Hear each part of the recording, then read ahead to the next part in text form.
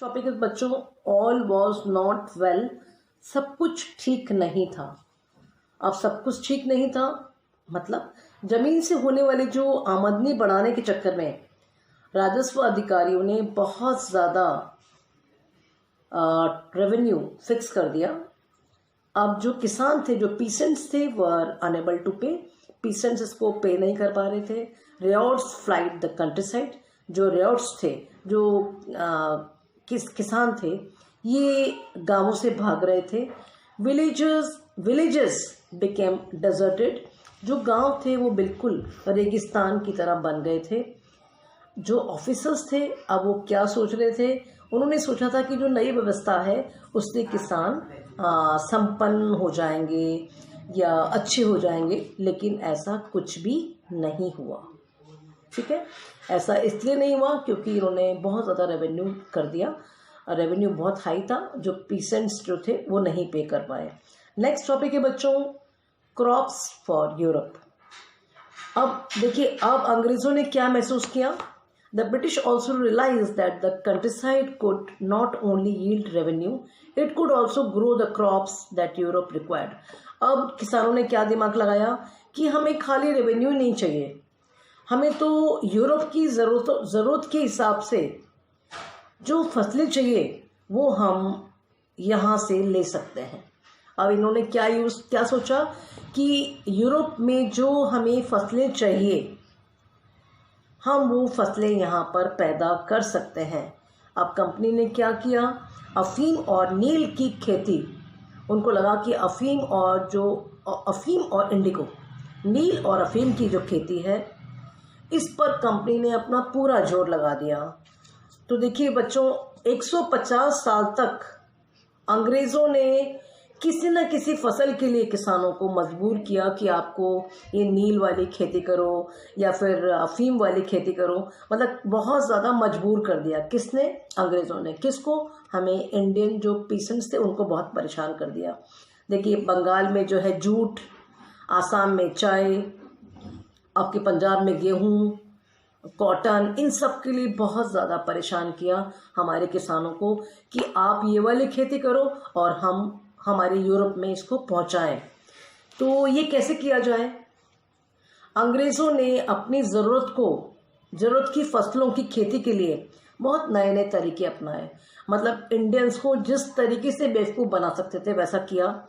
इनको लगा कि बस हमारा सब काम यहाँ से निकल जाए, तो इन्होंने मतलब नए नए इसके लिए तरीके अपनाए। तो देखिए बच्चों, आप नीचे इसी पर हमें दो जो है पिक्चर्स दिखाई दे रहे हैं और दोनों ही में एक बात समान है, दोनों ही में गहरे नीले रंग का जो है यूज़ किया गया है, जिससे कि हम क्या बोलते हैं? देखिए, रिच ब्लू कलर है जिसको कि आप क्या बोलते हैं? Indigo, commonly called indigo. Do you know how this color was produced? देखिए बच्चों, आप ही जानते हैं कि ये रंग कैसे पैदा किया जाता है। देखिए, ये जो नीला रंग दिखाई दे रहा है आपको, ये एक नील नाम के पौधे से निकाला जाता है। और देखिए, ब्रिटेन में मारिस के छापों में इस नीले रंग का यूज़ किया गया था, जो कि भारत में उगने वाले नील के पौधे से तैयार किया गया था। उस समय भारत दुनिया में नील का सबसे बड़ा सप्लायर था। देखिए बच्चों, India was the biggest supplier of Indigo in the world at that time. इस टाइम पे जो नील था वो हमारे भारत में हम लोग बहुत अच्छा सा हम सप्लायर थे, बिगेस्ट सप्लायर थे हम। तो देखिए, अब इसके बाद जो नेक्स्ट टॉपिक है, why the demand for Indian Indigo. भारतीय नील की मांग क्यों थी? देखिए, अभी मैंने आपको बताया कि नील बहुत बिल्कुल अलग तरह के पौधे से बनाया जाता है, तो इसकी डिमांड क्यों थी? देखिए, नील का जो पौधा है, the Indigo plant grows tropics, ये जो है ट्रॉपिक इलाकों में ही होता है। और इटली, फ्रांस, ब्रिटेन के जो कपड़ा उत्पादक हैं, कपड़ों की रंगाई के लिए भारतीय नील का इस्तेमाल करते हैं। देखिए, फ्रांस में, ब्रिटेन में ये लोग जो रंगाई करनी है, यूज़ फॉर क्लोथ, मतलब कलर के लिए हमारे नील का इस्तेमाल करते हैं। तो अब देखिए only small amount of Indian Indigo reach, देखिए बहुत ही कम अमाउंट में जो नील था वो यूरोप मार्केट तक जाता था, जो प्राइस थे बहुत हाई थे। और European cloth manufacture therefore had to depend on another plant. देखिए अब जो है यूरोपियन जो यूरोपियन मार्केट था उनके पास एक और प्लांट था जो कि वोड नाम था उसका, ये इसके ऊपर डिपेंड थे। ये इससे वायलेट और ब्लू कलर भी बनाते थे।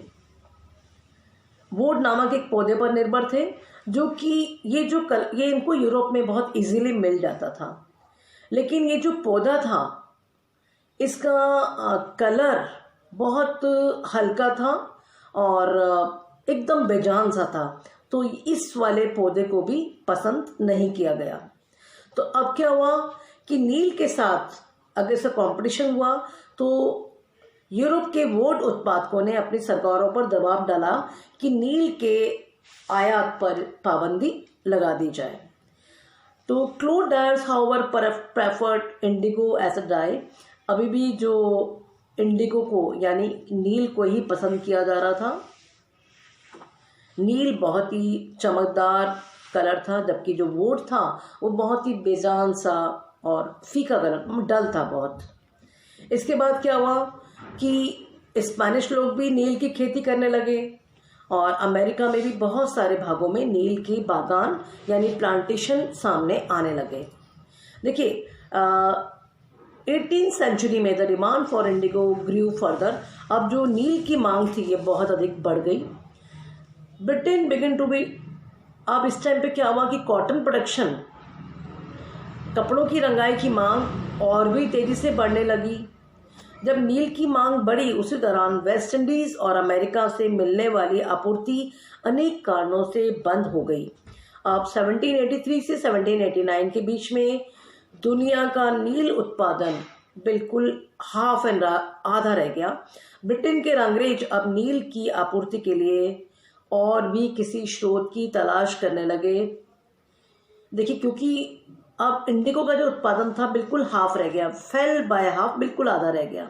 अब ये लोग क्या तलाश कर रहे थे कि हम नील की आपूर्ति को कैसे पूरा करें। From where could this indigo be produce, अब नील हमें कहाँ से मिल सकता है। बच्चों 4th वीडियो में अपन नेक्स्ट पढ़ेंगे।